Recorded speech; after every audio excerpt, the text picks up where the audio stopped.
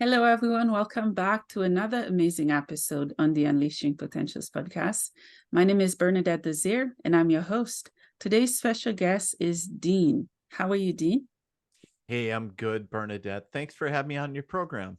You're welcome. Dean, can you tell us where you're tuning in from?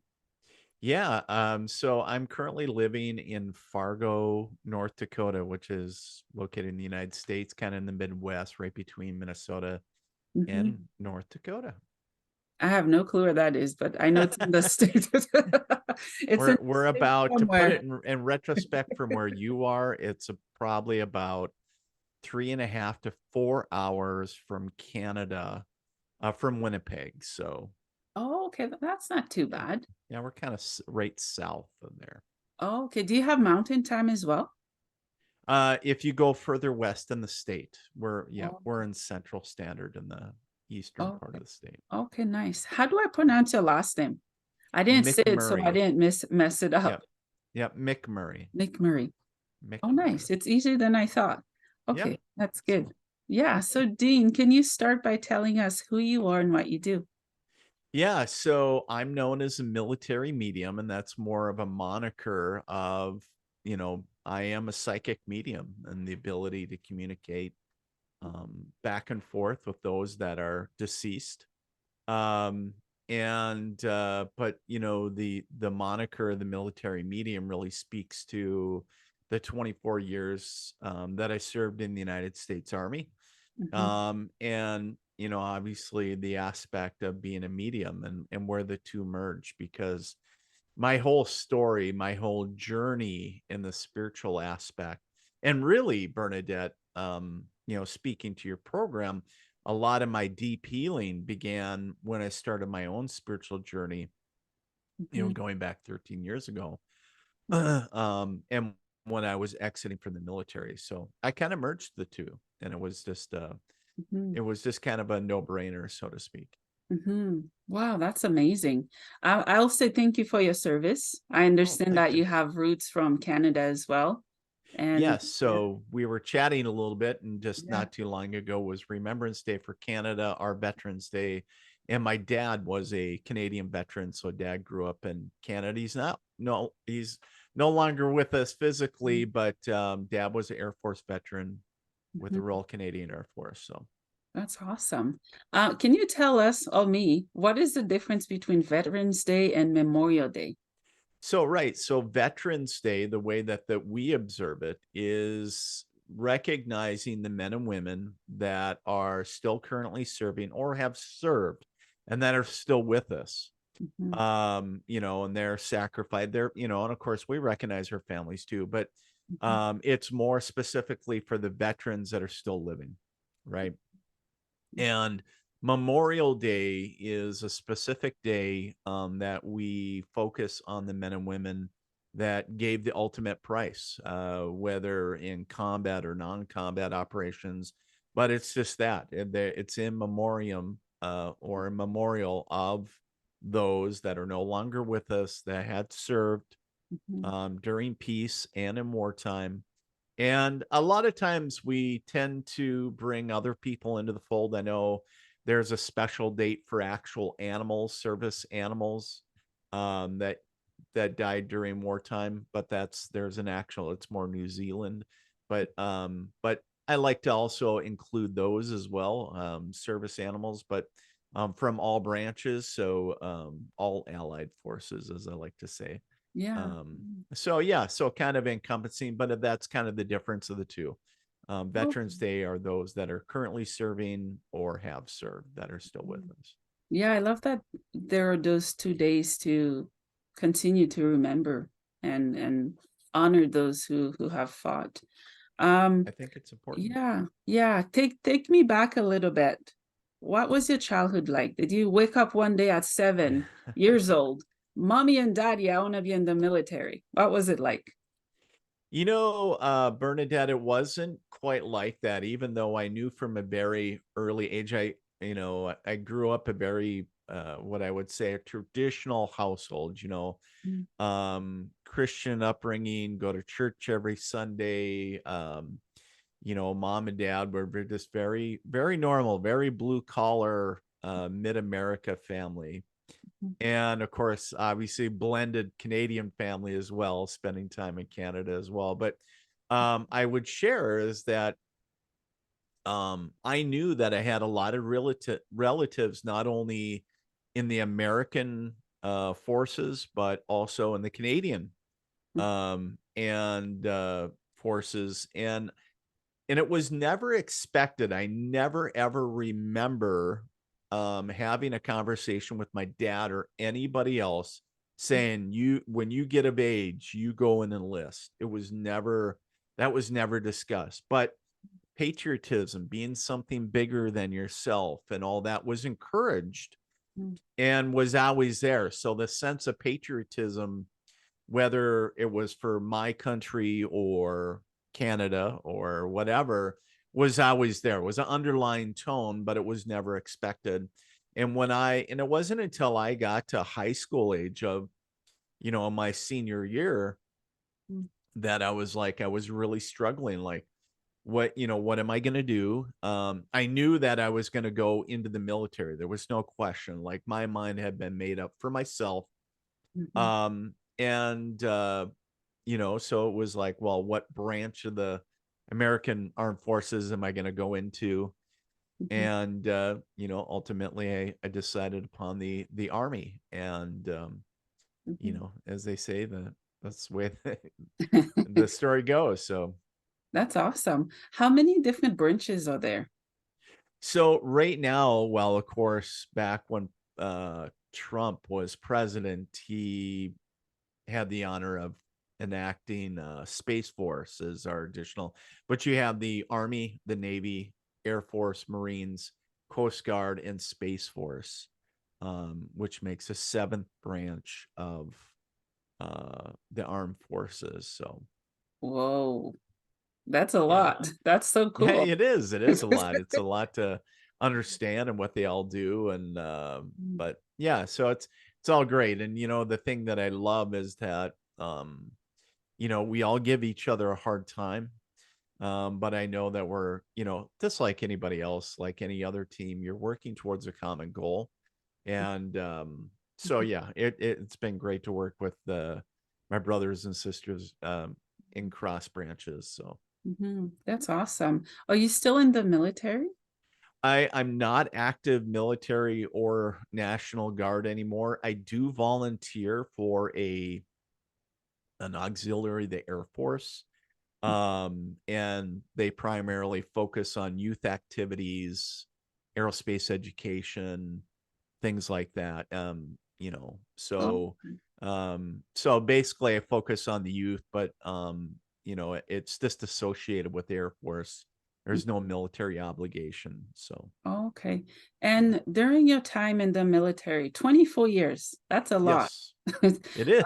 Yeah. Yeah, yeah. So when you start off as a young person, 18, 19 years old, and then go on to do 24 years, yeah, it seems like a lifetime ago, right? And it's like, was that long ago? It's like, yeah, it was. Yeah. What were some good, memorable moments that you had being in when you were in the military?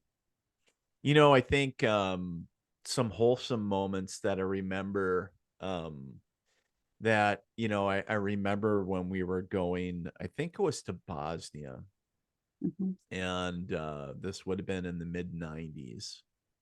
Mhm. And we were going to Bosnia, and we were on the bus, and I forget where we stopped. And um these young kids, I think it was a soccer Mhm. group or something, and they all wanted our autograph. And the interpreter was like, yeah, they really do. They're not. And so it was kind of because they were like, they really love, Mhm. I don't know, America or soldiers or whatever it was. Yeah. And so it was kind of wholesome that you could just see really the happiness within it. I think it's the people, though. If I boil it down, I could take snippets out and talk about the kids that we did autographs for, or you Mhm. know times of seeing, helping, what looks to be like uh a homeless child, like, giving them food or something. But um, I honestly, when I look back at the 24 years, whether it was friends that I made in the military or whether there were moments, it was all people. And so it boiled down to the people that I got to meet, whether they were from our country or not. I met some, believe it or not, I actually had the opportunity to train with some Russian soldiers many years ago. And there was actually, and at the time, I could speak very broken Serbian. And so we kind of had a little bit of a dialogue, and it was really kind of interesting because you got to know the individual. And so it made me think on a deeper level, like, we all we see on the outside is a uniform or the country or whatever. And a lot of times we're not thinking about the similarities that we have of, like you said, oh, Dean, where are you calling from today? And then when I asked you, you were like in Canada. And I was like, really? And then finding out that we had a little bit of commonality, right? And Mm. so it's always kind of interesting that when we get to know or connect to people on a deeper level, we find out that we probably have more in common that we understand it, which I think is so important in today's age. Yeah, you're right. Yeah. Yeah, I remember being a child in Haiti. I can't remember the name, but there's soldiers from around the world and the US as well. They'd be on the street. We're playing, running, and saying hi and talking. And I remember that. And I carry that to this day. I don't know who those people were, who they are now, Right. but I know that they impacted my childhood and Right. I Well, felt safe. oh, that, that's, thank you for sharing that, Bernadette, because, Mhm. you think about that, you as a child interacting with those soldiers. And I think about that as, interacting, regardless of what country, but, Yeah. I always thought about that because I was a leader in charge, and interacting with the kids, Mhm. and whether you gave them candy or not, that's irregardless, but like the kindness that you show to Mhm. an individual, they could have been five, it doesn't matter, Mhm. what impact does that have on that individual down the road, 10, 20 years down the road? Like, and here you're saying, I Mhm. remember their kindness. I mean, whoa. I mean, Yeah. that gives me chills, is saying one person's kindness, you remember that from that moment in time. Mhm. And vice versa, we remember people that were Yeah. maybe not so kind, Mhm. right? Mhm. Haiti, Mhm. an area that is, there's a Yeah, lot of that's where turmoil, I'm right? from. And yeah, there's a lot of challenges. And so is there Yeah. in my country as well, right? There's Canada and US. We all have our issues.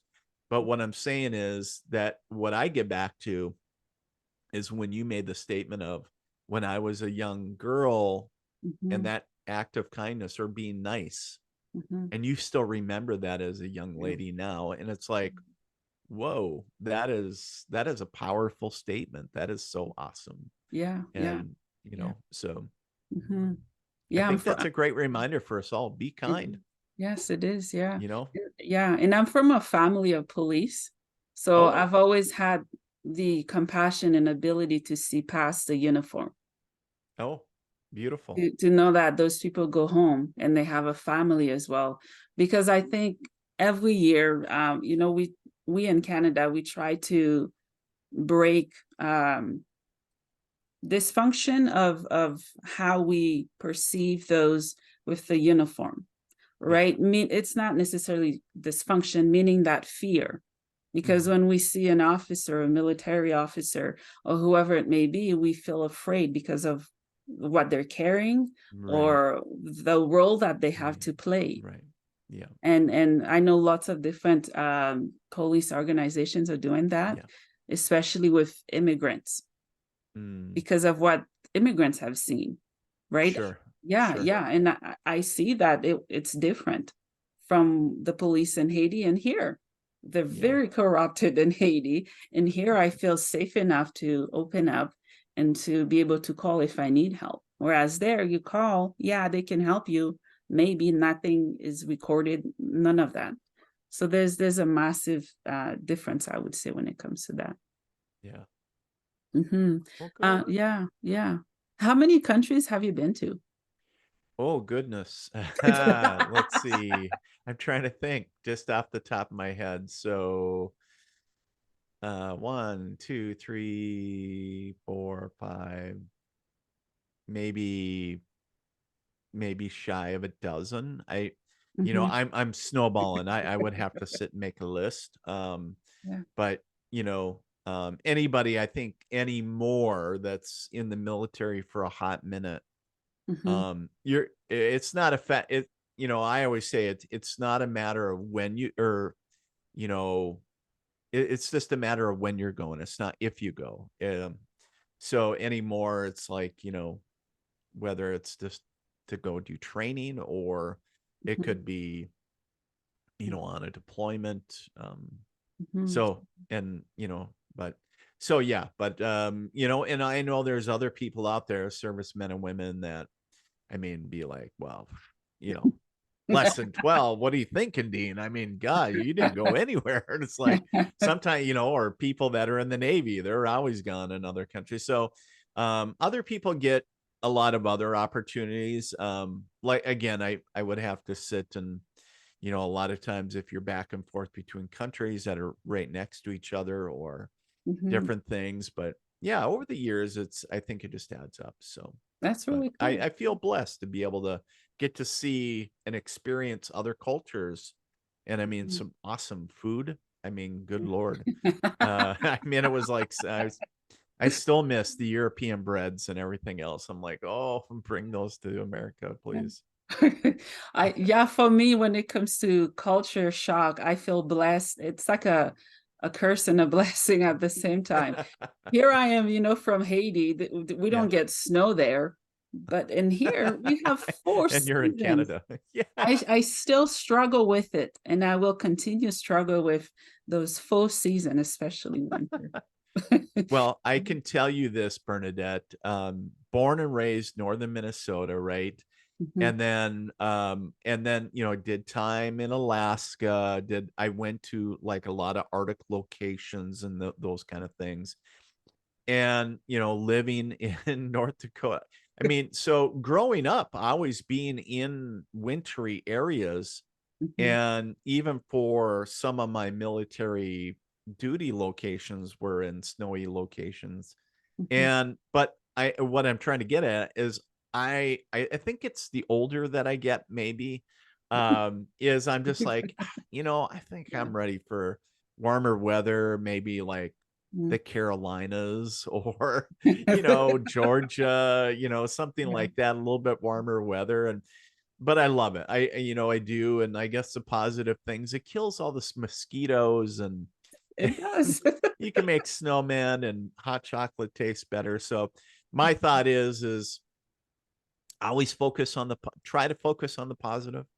Mhm, And even though it's not pleasant all the time, but mhm, trying to find the joy within mhm, whatever it is. mhm. But Yeah, yeah. it does seem sometimes the older that I get, that I'm like, I don't know about this coat, when it's, Yeah. 20, 30 below Fahrenheit, Mm. it's like, oof, it's getting kind of tough to, get out there and scrape the windshields. Yeah, yeah. Yeah, let's talk about what you're known for, the military museum. Yeah. Medium, not museum, Medium, the medium. military Medium. medium. Wow. Tell me more. I love the title. So yeah, so again, the military medium, Bernadette, really just speaks to, more the moniker that speaks to not only my first half of my adult life, really, because finally retired when I was like 40, early 40s. Mhm, And but and then marries the other half of what opened up for me was my spiritual abilities as a psychic medium. And going back, so we got to turn back the clock 13 years. Um, Actually, this month, it's my anniversary month of my, I call it the woo woo month, because that's when I had my come to Jesus moment. So to give you and your listeners kind of the brief story, going back 13 years, I had just returned from my last deployment. I was still very much in the military. Mhm. I just returned from my last deployment. At this point, I'm married. I have a 5-year-old daughter. Mhm. And my son was just born right after we got back. That darn 2 weeks of mid-tour leave. And so we jokingly refer to him sometimes as our deployment baby. Mhm. And so when I came back, I knew, Bernadette, that I was going to retire from the military. And I knew that I had 3 years left. And so it kind of started the clock for me saying, okay, 3 years from now, I'm retiring. And I had just accepted right before I left to go on deployment, I accepted a new job within the military, um, for a promotion. And it was in a new area, I guess. We had moved right before I deployed and all that great stuff. So a lot of changes, but when I came back from deployment, it was like, you ever remember the movie Poltergeist? No. The American cult What is it classic. about? And well, what poltergeist is, actually the word is called, or means, is noisy ghost. It's a German word that means noisy Oh, ghost. okay. Poltergeist in the movie, it makes it really scary, and there's a little blonde hair girl that's really Dude. creepy and always says they're here. Of course, Hollywood, they love to hype it up. Mhm. But what I'm sharing is, the reason that I share that is because there's a scene in there where things are moving. They're actually flying around the room, and there's stairs, or chairs, and different things get stacked up in the kitchen. Yeah. And so, to give you kind of a context of what I was going through in the beginning, is clocks and pictures quite literally were flying off the wall. Oh. And I was like, what? And at first I thought, oh, it's just because I didn't have the screw in the stud in the drywall, Mhm. or I didn't hang the picture correctly, or one of my wife's knickknacks, whatever. And I was trying to find logic Yeah. in what I was, experiencing. And then when I started examining, Bernadette, how I had mounted the shelf, or the picture or the clock, and I was like, there is no way that flew off the wall by just falling. And so it defied logic, and I was like, holy crap, like, you know, and I Mhm. was like, so what do you do when, who do you call? The Ghostbusters, right? But there's no Ghostbusters in the yellow pages. And I was Yeah. like, Yeah. and my wife had confided in me that she was seeing a local psychic. Her and a bunch of girlfriends would go get readings and Mhm. have things. And so I was jokingly referring to this lady as the voodoo chick. And because I poke fun sometimes at what I don't understand, Mhm. that was my way of dealing. And quite honestly, because I think it kind of scared me. And Mm. but I was like, I looked at my wife and I said, Marilyn, you need to get the voodoo chick on the phone. There's some crazy stuff going on. Get here over, because I thought that she just could make it all go away. Mhm. And so she come over, she started connecting to my deceased grandfather, who was a World War I veteran. Mhm. Um, and on my mom's side. And but I wasn't ready to receive a message. I was like looking at this lady like she had 3 eyeballs. I'm like, what the heck? Yeah. And I just wanted her to stop everything, like, wave your magic wand, lady, like, just make it done. And but that wasn't the case. And quite Mhm. honestly, Bernadette, after she left, things even became more active, Dude. more pictures. And it's like, whoa, like, what the heck is going on? Yeah. And so I went back to her and trying to figure out, or I was getting ready to go back to her to try to figure out what was going on. Mhm. But one evening, about a couple weeks after her visit, I was washing dishes around midnight, and all my children and my wife were in bed. They were sleeping. Mhm. And I had a knowing that washed over me.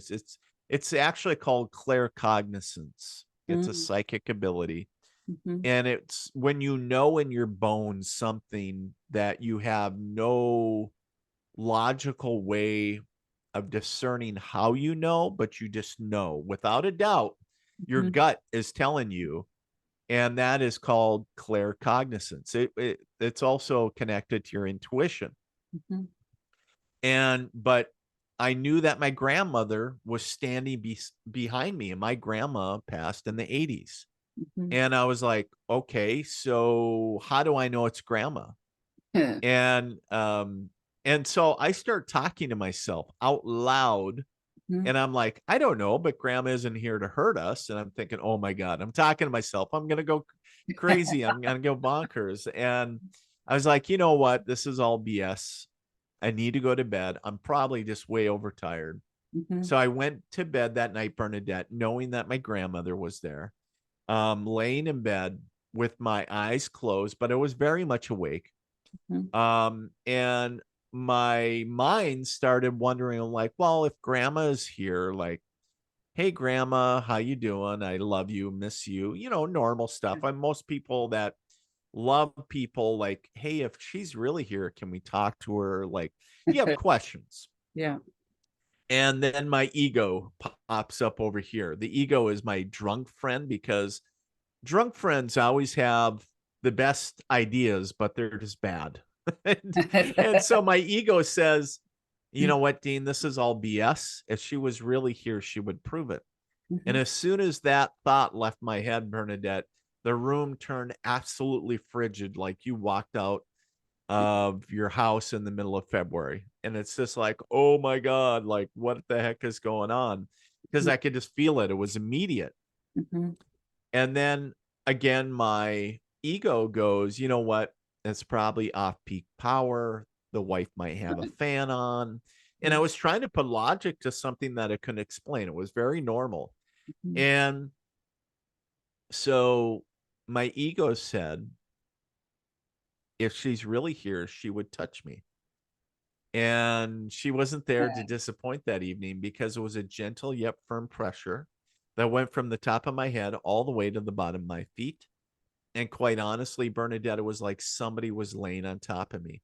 I could hear and feel the springs compress around me in the Mhm. mattress. Mhm. And it brought out like the 6-year-old little boy in me that going, all right, grandma, you got to leave. Like, you're scaring the holy Ah, bejesus out of me. You got to leave. And as soon as I said that, wow. all the weight went away and the room turned to the Mhm. normal temperature again. Mhm. And I sat up in bed completely out of breath, covered in sweat, going, what just happened? And I'm trying to wake up my wife. Now, Mhm. I don't know if you're a mother, but Mhm. any moms out there, or anybody that knows any moms, Mhm. most of them do not sleep deep, especially when their kids are babies. Yeah. We had a newborn in the house. Mhm. She was sleeping like I still, we've been married almost 20 years. I still have not seen her sleep that deeply. And I was like, you need to wake up. And she's like, what's going on? I was like, there's somebody here. And she thought somebody was breaking in. And Oh, I'm thinking, well, that would be too easy to explain and deal with. Like, I can uh, deal with somebody breaking in. yeah. And I said, no, there's a spirit here. And she goes, how do you know? Like, and I go, right? I don't know. You need to call Voodoo Chick. You need to call that psychic. And she's Yeah. like, Dean, it's like 2 o'clock in the morning. You need to go back to sleep. And I'm thinking, well, fat chance of me going to sleep tonight. Like, I stayed up the rest of the night because I was freaked out. Yeah. Yeah. And so I went back to that psychic that I was saying that I was getting ready to go to. Mhm. And I said, we need to figure this stuff out. Like, here's everything that's going on. Yeah. And she said, Dean, you're a medium. And I Bernadette, I mean, quite honestly, I told her that she was full of you know what. Yeah. I Yeah. said, you're full of crap. I wasn't so nice face to face. I actually might Mhm. have used a different word, but I said, you're full of crap. And she said, you know what? I might be, but that doesn't make the fact that you're a medium any less. Like, you're a medium. And I was like, what does that even mean? Like, I get what it means, and by definition, the ability to Yeah. connect and communicate with those that are deceased. Mm-hmm. What does it mean for Dean McMurray? Like a small town kid from northern Minnesota, blah, blah, blah. I'm a soldier. Okay, I'm one of millions of other people that are just another face in the crowd. Yeah. What makes me special? Because I was not looking for that. I was not that I didn't watch paranormal shows. I didn't go and, go and watch mediums. I did not, I knew there was always something bigger than us and, went to church but I was like, what is going on? And so Yeah. that medium said, you know what, Dean, let's sit and get quiet. And I think the reason will come to you. Mm-hmm. And she said, but before we do, I want you to go home. I want you to order a book. And it's a book by a guy named John Edwards. Some people out there may know him. John is a internationally known psychic medium. And he's from the States as well, been up to Canada and stuff. But John wrote a book called The Infinite Quest. He's got a series of books, but this one book talks about setting boundaries with spirit. But in the book, he continually asks you over and over and over again why you want to be a medium. And every time I got there, I was almost yelling at the book, like, I don't want to be a medium. And I'd throw the book across the room. Like, I got really frustrated because Mm-hmm. it's like having something at least in the beginning, that I wasn't accepting because I wasn't looking for it. It was an inconvenience to me. Mm-hmm. And I was like thinking, I'm getting ready to retire from the military. I was going to go work for the Veterans Administration here in the United States. Like, Mm-hmm. my kids, I got a newborn and a 5-year-old. Like, I don't have time to have a midlife crisis. That's what I was thinking. Yeah. And little did I know, I was carrying a lot of trauma like a wagon behind me from PTSD, from, just where we all have trauma, right? We're like onions and with layers. And so and I didn't know that, but um and so anyways, I finished reading the book. I went back to the psychic and she said, "Did you read the book?" And I said, "Yes." And I said, "I'm more I'm more pissed off and confused than ever." I said, "I hated the book." Mm-hmm. And I said, because it kept on asking me, why do I want to be in a medium? And I said, I don't. And she said, let's sit, get quiet. And so when we did that, and I was able to just let go of everything, the answer came to me. It was boom. Wow. And I was like, oh, that was kind of Yeah. surprisingly easy. And she said, well, what's the answer? What's the reason you are supposed to be a medium? Mm-hmm. And I said, well, it's to be part of something bigger than myself, because it ties back to the reason that I joined the military. You think of people in law enforcement, they're there to protect the innocent. They're there to be a part of something bigger than themselves. Mm-hmm. These fraternal orders, right? But they're to essentially do good things. And she said, well, that makes a lot of sense. And I was like, huh. And then, so she was like, we're going to try something. And she gave me my first ever test as a medium. And she said, I don't want you to stress over this. I'm going to write down 4 names, 3 or 4 names. I want you to just to focus. You won't see my names, but I want you to focus on my paper and see what comes to you. Just whatever. And I gave her the description, Bernadette, of her deceased mother-in-law who recently passed.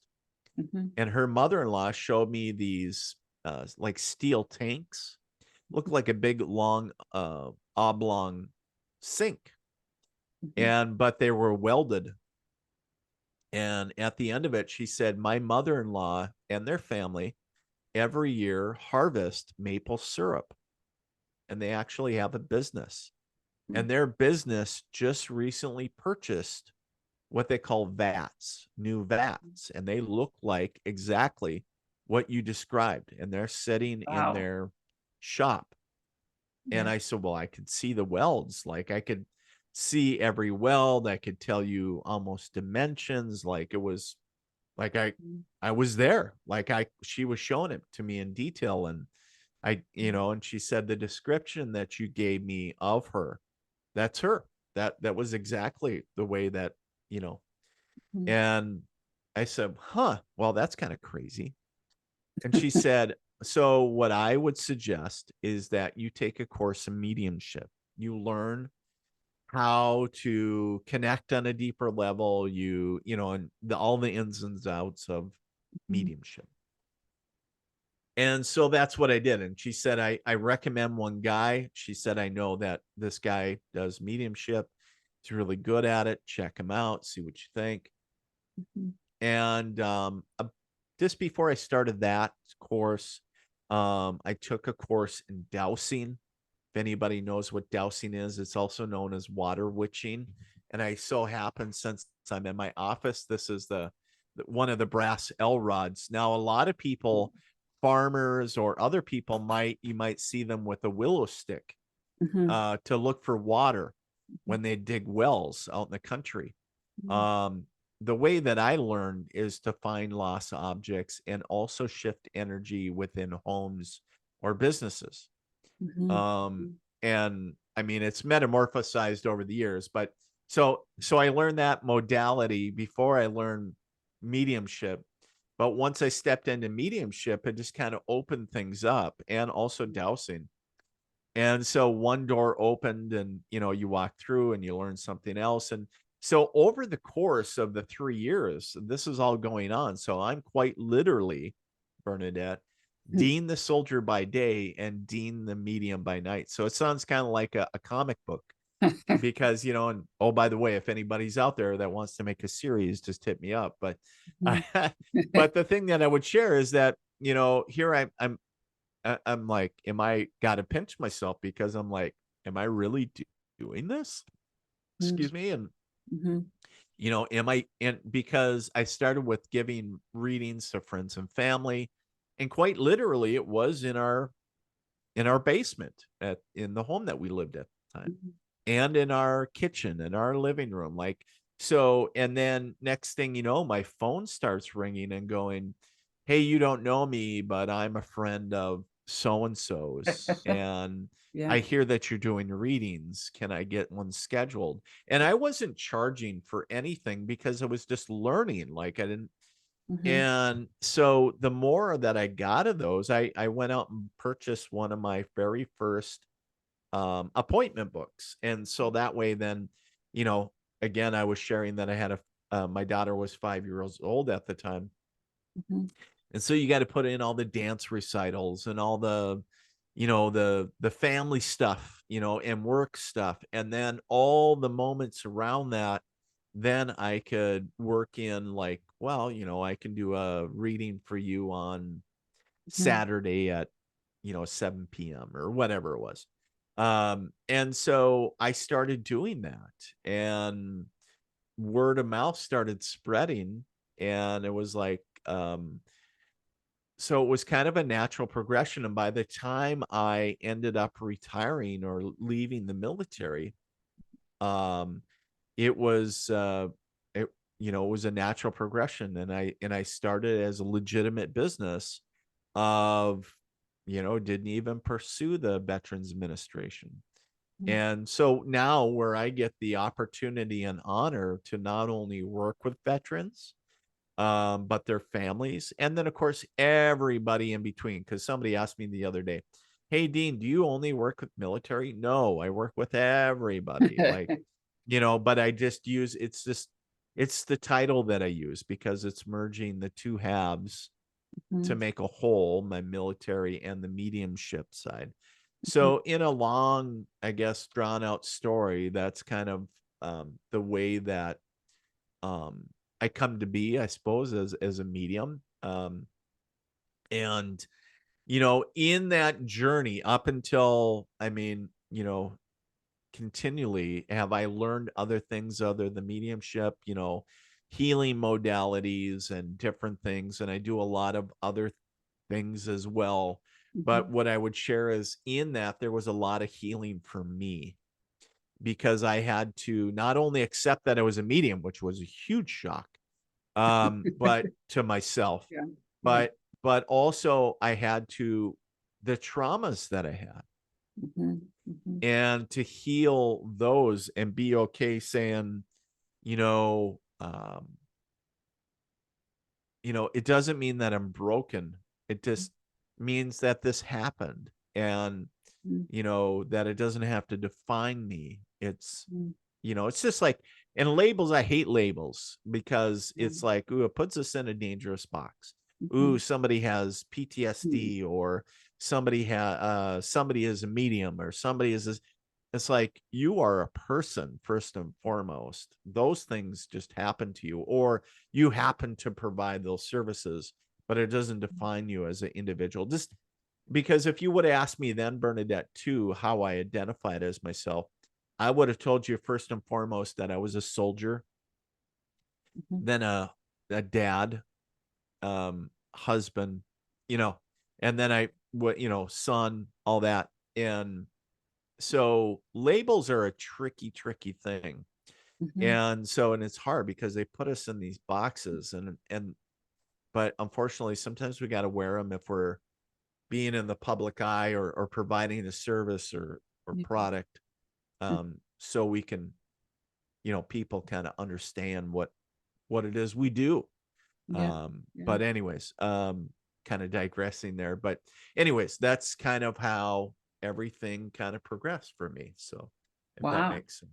You're a very good storyteller. My brain Oh, won't let me talk thank you. You're so and sweet. articulate the way you articulate your story. That is so comforting to know that even though you resisted, that this became your passion and calling. I don't think I have much of a choice, to be honest with you, Bernadette. It was so, because I tried to ignore it in the Yeah. beginning. I really did. And there's so much more to that story, because Mhm. when after, you know, the clocks and pictures and everything, and before I went to the voodoo chick, I Good. hear back to that psych. She doesn't do voodoo, by the way. She went on to be a Yeah. teacher and a friend, Mhm. but quite honestly, I tried to ignore it. I thought it would go away. And it only got louder. And my wife told me, she was like, basically, the come to Jesus moment with my wife, she was like, you figure out what's going on, and you deal with them. Yeah. Like I didn't ask for this. Like, Yeah. and then, like, who do you go to? Like, Mhm. who you go to get your car repaired. Yeah. If you got plumbing issues, it's like, it's like, boy, it's like I was scrambling for answers. Not only did I Mhm. have anger, and my wife was angry because the kids weren't sleeping, because the spirits were or not messing, but they were bugging my children, because they're very sensitive, Yeah. Yeah. and they're still very connected, even now that Mhm. my daughter is getting ready to graduate high school, Yeah. and looking at university, and here my son is 13. Wow. So, time flies. Time goes so quick. Well, he's getting ready to turn 13, but Mhm. time flies so quickly. And um, but yeah, it's resisting. What is it, like Star Trek, the Borg or whatever? Resistance is futile. It's like, Yeah. because I think I would have, it's either you run with this or you're going to be dragged. Yeah. And it wasn't an ominous thing. It wasn't nasty. It was more, Dean, you really have, this is your calling, Yeah. and you have a lot of people to help. And Mhm. we really, really, really need you to wake up right now Yeah. and Yeah. step into your abilities, because in 3 years, you're going to retire, and we need you to Mhm. help other people, and to help other light workers and energy workers out there, Mhm. um, wake up as well. You're part of the process. Yeah. And really, going back to my grandmother, that was her. Send Grandma Dorothy, was her name. Send in Dorothy, Yeah. because Dean remembers her from his childhood, and he'll be accepting of her. Mhm. And it's like, well, I am. and I'm glad that she came forward, but it's like, out of the frying pan into the fire. And it just felt like in those 3 years, we're so like drinking from a fire hose. It's like, whoa. And I know there's a lot of other people, because I talked to hundreds and hundreds of people of talking very similar, like, oh my God, I think I'm having this crazy experience. And I get emails all the time. Mhm. Like, I think this is going on. And so I have to, I look into it, and and I do a lot of stuff pro bono. I still do, because giving back is important to me. Mhm. Um, but I also do it as a full-time business. This is what I do. And so obviously there's an aspect of, there's a portion of the business where I, Yeah. charge money for my services. And Mhm. so but I still I believe that it's important to give back when you can. So Mhm. Yeah, that's awesome. Well, we have that in common because I don't know if you can tell if I'm psychic or not. um, I was born open as a child, and I very early I could see stuff. I saw my grandfather. That was the first shadow figure I saw. And then at night I would be pressed while I sleep in the orphanage. I was in an orphanage in Haiti. So all the kids wow. would sleep together because we all felt stuff. I would hear people talking, walking, light Wow. flicking. Excuse me. Everybody was sleeping. No one was awake. There was no pets. There was a big dog, but the dog was sleeping, nothing. And I ignored that. And then I came to Canada, sleep paralysis. I ignored that. And then it manifested into mental health. Mhm. And during my full psychosis with schizophrenia and PTSD and whatnot, uh, half of it was real, and half of it wasn't. And it just kept going and going. So I started to have a spiritual awakening, I think, a year and a half or so ago. Hmm. And I keep resisting and pushing it away. And someone told me I'm an untrained medium. Hmm.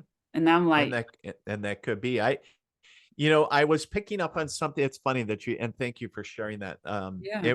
I was picking up on something, but with my boundaries and my ethics the way that they are, Hmm. I have a very innate belief that, I don't pre-read people. I Hmm. believe that's a violation of your energy and your space. So if I What did you inadvertently pick up? pick up on something from somebody, I mean, it's just like I stumble across it, right? Just Yeah. by, by interacting. Hmm. But I did feel something, and I was like, oh yeah, she's probably connected at a deeper level or I'm whatever. too And I was like, connected. that's cool. And Yeah. so but yeah, it's that is very cool. And yeah, I am a big proponent. That is my soapbox, even after I, develop my abilities as a medium. And down the road, I was like, being a medium is really cool and is awesome. Hmm. But what else can we do? That's I started asking myself. And I went on a journey, a self exploratory journey of trying to understand not only myself at a deeper level, Hmm. but also, like, there's so many phenomena, there's so many abilities, and if we're only using a little pinprick of our capabilities, Hmm. then what else are we able to do, right? And so I that's what I kind of went on a journey of. And even though we have these abilities, I believe, and it's my personal belief, that we all have these abilities, Yeah. Yeah. that we're all energy healers, that we're all psychics, we're all mediums, we're all intuitives, all that, even though I know there's some people that will very devoutly disagree with me, and that's okay. Yeah. But the thing that I would share is that when I went on that journey of looking inwards and looking, it was really cool, because I took, in a sense of, yeah, I don't know if maybe when you were a kid, or if in Haiti, if they had overhead projectors and they had the clear plastic film that they would write on with markers, and then you'd see it on the screen. Hmm. And so, which was pretty common back when I was growing up. Hmm. And so it was almost like taking that clear plastic film and having as a overlay on my life and saying, Mhm. how does our intuition, how does our abilities Mhm. enhance our life? Like, it's great to be able to connect to dead people, no questions. I think that's awesome. I Mhm. think it's cool to be able to energetically heal people. I think it's cool to be able to intuitively read things Yeah. and have it validate. I mean, whoa, right? Mm. So, but it's like, but how do you use it for everyday life? And so, and that's what, and it's, I know it's different for everybody, but Yes. that's what I started going on, like where the rubber meets the road in the logical world, because we're talking about two things. We're talking about intuition, which is more about feelings and vibrations and things that are not tangible. And what I always say resides in the intuitive heart, and logic and reasoning resides up here Mhm. in what I call the monkey mind, Yeah. because the monkey, remember the little toy monkey with the symbols, Yeah. right? That's what I have up here because it makes a lot of noise. It's like the lists and the to-dos and Mhm. the, oh crap, I didn't get it done, live up here in the monkey Yeah. mind and makes lots of noise. Mhm. And we need both, but it's to find the balance between the two.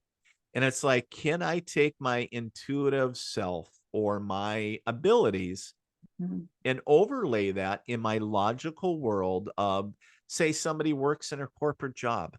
Mhm. How do they use their intuition? How do they use their psychic abilities Mhm. in whatever they do? Maybe they work at the corner gas station. Maybe they work, digging ditches. Maybe they're a soldier.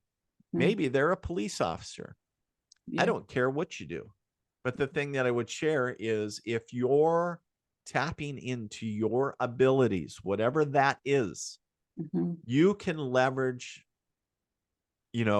and enhance your world, whether it's the logical real world or intuitive world, Mhm. and and not only make it, enhance it for you and your family, but every rest of mankind. It's like, Mhm. maybe you're sensing danger coming. Maybe it's how to get a better deal on when you're car shopping. It's like, no, I'm not feeling like, and the thing that I would share, because I do a lot of stuff with real estate folks, and a lot of people don't, I call it intuitive real estate consulting. Mhm. And I've done it not only in the United States, but I've done it in other countries. Mhm. And I do it all remotely. But one of the things is, a lot of people say when they walk through the door of Mhm. a house is, number one, they're going to comment how it looks, because that's what we're taking in with our eyes. But the Mhm. other thing, that a lot of how it feels, like you can walk into a truly magnificent home and it feels cold or empty. It's not solid. And then you can walk into a very simple older home that feels very solid. Like, why is this? And it's all energy. It's energetic. Mhm. And so, because, for example, if somebody is selling a home because of, say, of a divorce or a death, something that might be sadder or a lower vibration, Mhm. you're going to feel that residual. And that's the thing that, talking about discerning the energies around you. Like, Mhm. so take that not only in real estate, but also maybe when you're going to Canadian Tire, maybe when you're going to Walmart or whatever Yeah. store you're going to, and you're reading the energy, and it's like, oh no, I can't go in. Yeah. And everybody wants to know why. That's the monkey mind. Mhm. Monkey mind says, I need to know why. And intuition says, trust it. Something's telling you, don't go to the store right now. It could be anything from a dangerous situation, Mhm. long lines, Mhm. car accident, um, bad traffic. It could be a host of things. Yeah. And it doesn't always have to validate out, but monkey mind says, I need validation. Why is that? And Mhm. it's like, okay, well, intuition says you don't need to know, Yeah. just trust it.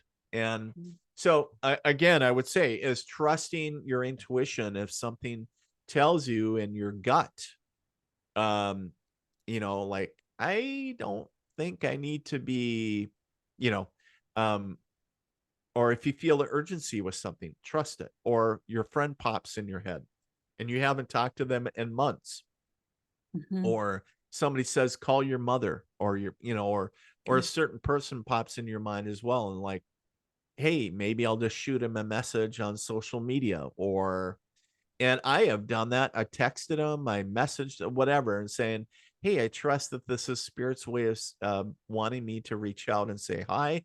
Maybe their mental health, maybe they're having a tough day. Yeah. Yeah. It could be you're supposed to like, oh wow, like out of the blue, so and so Yeah. just like, why is that? Mhm. Yeah. It's interesting when I have conversations with my wife. I'll say, who popped in my head the other day? So and so, and she was like, really, they popped in my head too. Like, so Oh, wow. sometimes, like, if you have siblings, Mhm. if you have or very close friends that you could consider like family or whatever, sometimes you'll start sharing a little bit of that synergy, Mhm. and and trust it. So Yeah. anyways, I Yeah. probably got off topic, but Oh, no, there's no limit, no topics that we can't talk about. I just felt that there are spirits standing behind me. It's weird. And that's oh the yeah, thing. I mean I'm currently, not trained, but I just feel stuff. They yeah, mess with my lights. I did feel my mom's touch. My adopted yeah, mom passed. She's mhm, come through a few times. My grandpa. yeah, Um, my dad passed in 2020. And it's weird because I felt him, I think, right away after he left the physical body. And it was okay, at nighttime. I could see him, sort of see him and not see him. But yeah, that's what yeah, I mean. I don't know. People yeah, say I have gifts, I'm powerful. Like, yep. really? Because I'm crap scared of whatever it may be.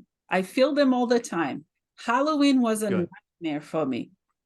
Oh, Oh, it was like I was overwhelmed. It felt like my oh, entire sure. house and living room was full of dead people. I Oh, couldn't sure, sleep sure. properly because they say the veil is thin. Yeah, in it is it yes, but then I also say no, because here's Dean's 2 cents on that. Yeah. It's not just one night a year.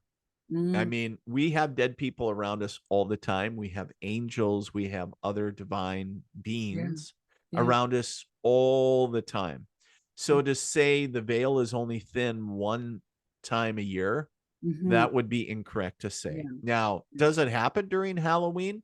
It does. I think sometimes it's overhyped. Mm, But I would share this, and this I believe is truth. mhm.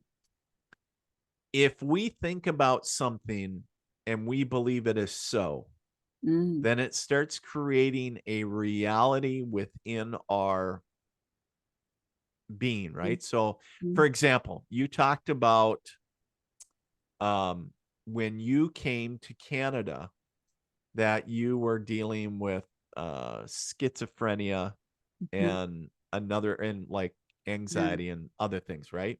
And Mhm. you were saying it's 50-50. 50% of it was real, 50% of it wasn't, right? Mhm. But you remember probably a lot of that, or like, so if you think of when a child doesn't want to go to school, we'll give an example. Child doesn't want to go to school because that's a real scenario. I don't want to go to school. Yeah. And they almost make themselves sick. You ever see one of those, like Mhm. a tummy ache? Mhm. And they're like, oh, they start faking it in the beginning. And it's like, oh, my tummy doesn't feel good, or I got a fever. Yeah. Then all of a sudden, Mhm. given enough time, then they really do have, even though our, Yeah. like, yeah, I think they're just faking.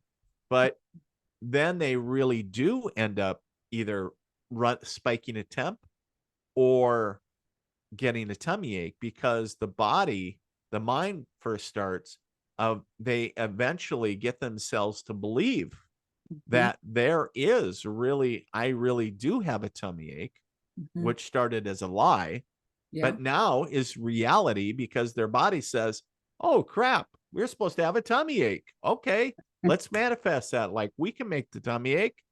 You know, we can spike a temp. So, you know, the body is a miraculous thing.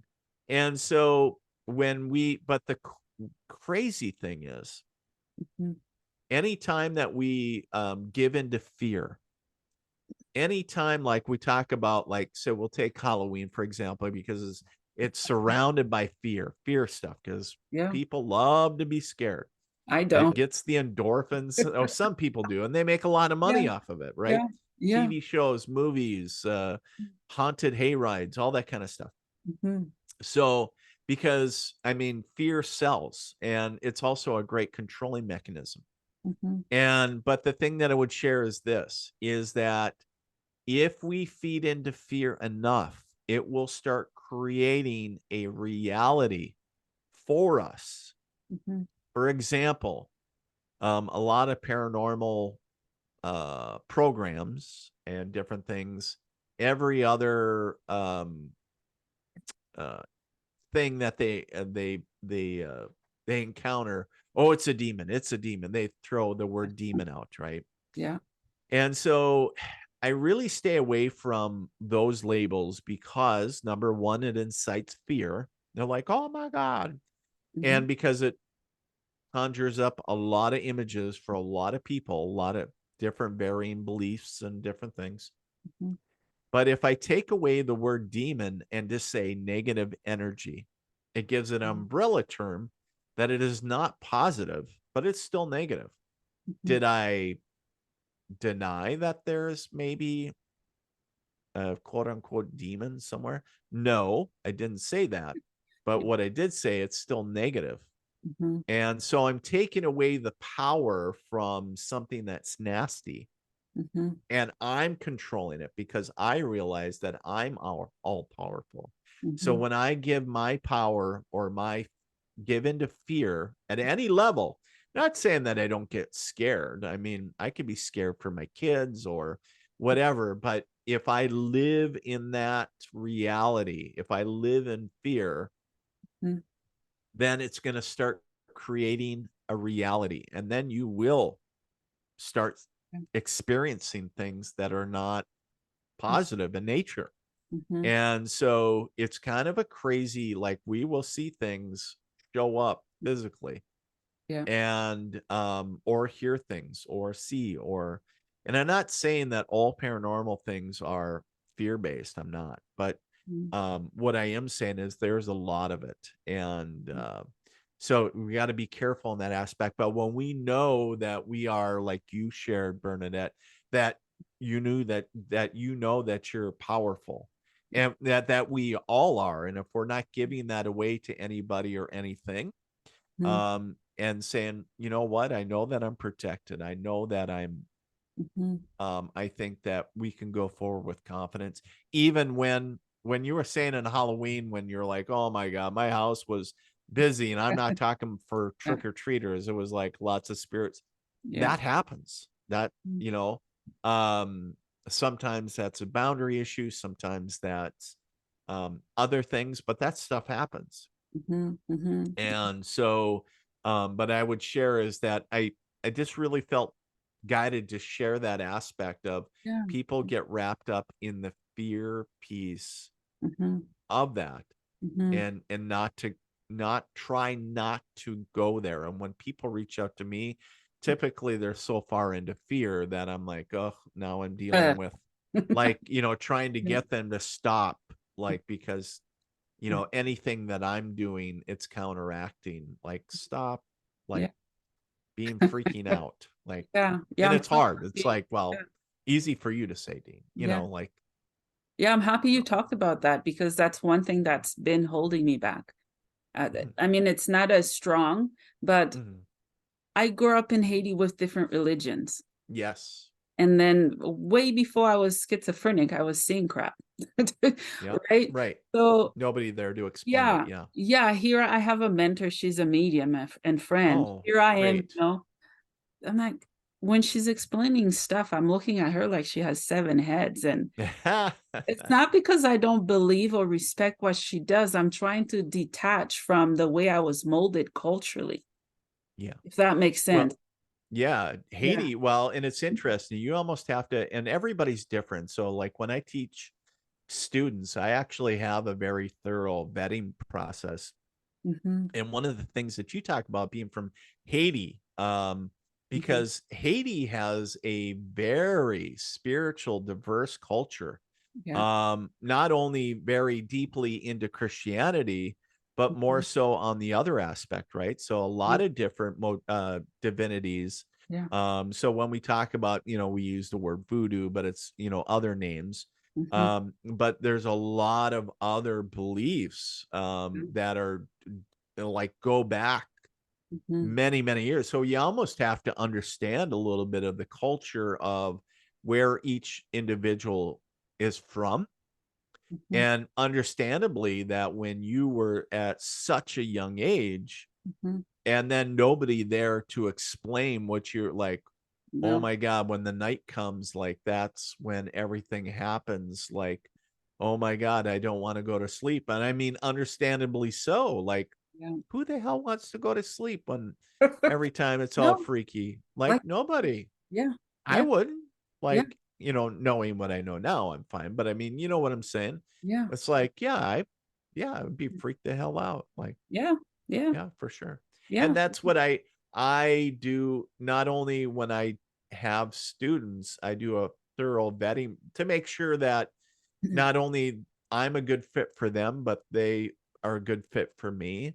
Mm-hmm. But I also get to know them a little bit. But the other aspect too is in the when I talk with students is talking about the aspect of fear and how powerful it is. Mm-hmm. There was actually, it's interesting. Um, we talk about fear being a controlling mechanism Mm-hmm. about whether governments or organizations use fear as a tactic. Mm-hmm. Also in marketing, hurry up, it's the last ticket. You don't want to Yeah. miss out, Yeah. or different things, right? And it's trying to get us to trigger something emotionally within us to Mm-hmm. get a favorable result for them. Yeah. And so, the aspect of going, well, I didn't do anything, it's like, yeah, but it's the way that you presented that. Now, does it, maybe it's not illegal, but could it be immoral? I don't know. But it's about recognizing what's going on, Mm-hmm. for sure. Number one, and taking that power back and going, I see what you're doing there, and I'll just go the other way. Or if they're like, hey, if you don't do this, then this is going to happen. Mm-hmm. It might be a possibility, Yeah. but I trust that it won't. So a lot of people might go, "Oh my God, like I gotta jump on the bandwagon because otherwise, you know." And I'll use one example Mm-hmm. because everybody experienced this during the pandemic. Mm-hmm. Oh yeah. Point, I mean, Okay. period. Yeah. Lots of fear, lots of hate, a lot of things, but there was a lot of controlling through the use of fear. Mm-hmm. Mm-hmm. Now, don't care what side anybody is on, whether it was mask, no mask, vaccine, no, I don't care. But there was a lot of controlling in that aspect. And so, uh, I mean, which is a great example. Mm-hmm. Um, but it is. I actually have a channeling. It was actually published in a magazine Mm-hmm. talking about the code, and it was anagrams standing for compassion, Mm-hmm. oppression, depression, and I think was empathy. I Mm-hmm. think was the last one. And basically what it is Archangel Gabriel gave me the information. Mm-hmm. Um and it was, and where I wrote it out, like, and it was a conversation back and forth that I had Mm-hmm. talking about where I did channeling, Mm-hmm. talking about um you know uh, how compassion and oppression, it was kind of like the code for life, so to speak. And I was like, whoa, like, yeah, I was like, after I got done, I was like, I wrote this. Like, yeah, it wasn't you, dude. It was, yeah, it was, Yeah. you were the vessel, right? So, I Yeah. was just channeling the information. So it was kind of crazy. But the same with fear, right? It's Mhm. talking about oppressing others through the use of fear. Yeah. And which is a very, I mean, quite honestly, it's a very effective tool. Mhm. And unfortunately. And Yeah. so Yeah, it is. but Yeah. So have you seen angels? I've seen one. It didn't look so like angels to me. So yeah, I've like seen a bat. so when I connect to angels, it's more of I sense them. Every once in a while, like I might like see their signature. I wouldn't say a manifestation. Hmm. Hmm. Um and but it's more of an energy signature. Oh, So okay. but yeah, so I work with a lot of angels in my readings and to Hmm. share information about the individual to me. So I work with a lot of archangels, and then also when I'm doing space cleansings or cleansings of individuals or whatever, I work almost exclusively with angels or any healing work. So do a Wow. lot of connect with them on a deeper level for sure. Yeah, that's really cool. Yeah, Yeah. I've seen Archangel Uriel. Oh yeah, yeah. I was told that that's what it was, but it Okay. was going up a funnel. That was the night of my spiritual awakening, when Oh, of the dark night of the soul. It I've shared before another episode. Felt like I was dying and being mm, reborn at the same time. And it wow. was really, really intense. And then my third eye opened while meditating out of nowhere, and I almost had a heart attack. So Oh man. yeah, yeah, it was intense. And I'm still going through it because Sure. it's like I just shared with fear and religion, and it's like a purge or a cleanse of some sort going on. It's gonna be quite the journey. It Well, is. I hope it's gentle to you. I hope it's I mean, I know sometimes it goes in spurts, but it's like, oh man, it It can was get so violent. exhausting. It was violent. Oh, The first beginning. I was very sensitive to lights, noise, people, energies, even my cats, my kids. I still can't listen to loud stuff. I just don't do it. It oh triggers wow. something. Yeah. But yeah, I've had so many wonderful visions. And I did ask for clarification from God, Jesus, source, and Yeah. he was the first one I saw. Oh, beautiful. Yeah, yeah. Because Nice. I'm like, I've been brainwashed pretty good down here after my memory wiped, to come down here. I Yeah. said, Yeah. if you're real, show me proof. And they did. Huh. I couldn't look That's at cool. his face. It was too bright. His Yeah. energy, it's nothing I've felt before. Yeah. It's beautiful stuff, isn't it? Yeah, Yeah. yeah. Well, I don't want to hold you for long, eh? No, you're fine. You're good. So Mhm. I appreciate the Yeah, taking the time and yeah. it was an honor to share my story with you, Bernadette, and Mm. listen to the ramblings of a crazy medium on your program. So Yeah, yeah, it was so great too to talk to you. But I have two questions for you before I let yeah, you go. absolutely. Yeah, the first one is, what is the meaning of life for you? Ooh, good question. Meaning of life.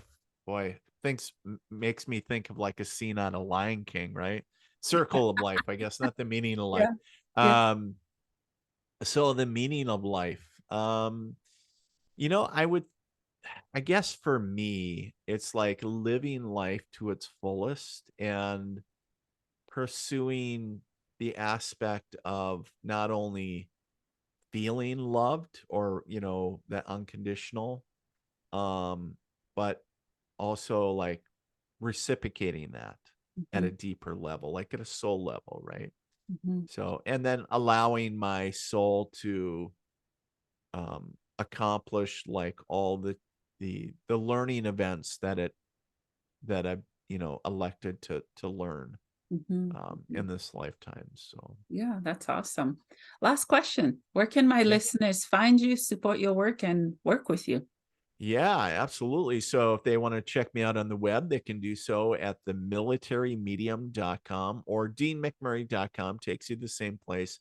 Mhm, You can find me on Instagram, Facebook, even TikTok, I think even YouTube. If you just Google the military medium on any of those platforms, Mhm. you'll pop up. So you got to use the military medium, but it'll take you there. So Well, perfect. awesome. Yeah. Well, Dean, thank you so much for your time. Thank you for your Thank you. service, your kindness, and the way that you share and bring light into this world. It's truly magnificent. Thank you. Oh, thank you. You're so kind. So thank you so much, Bernadette. It was you're an awesome host, and I wish you well. And it was just an honor being on your program today. Thank you so much. You too. Yeah. Bye bye. Bye.